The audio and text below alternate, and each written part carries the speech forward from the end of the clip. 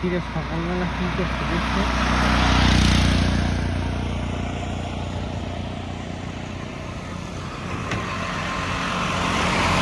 Weather খুবই খারাপ আর কি, বিশেষ করে যারা বাইক নিয়ে বাহিরে বের হবেন, ড্রাইভাররা, গাড়ির চালক, খুব সাবধানতা অবলম্বন করতে হবে। যে কোনো মুহূর্তে, যে কোনো সময় আপনার দুর্ঘটনা ঘটে যেতে পারে, স্বাভাবিক।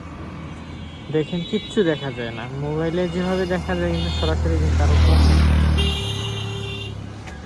হ্যাঁ, এই দেখেন সব কুয়াশা কুয়াশা।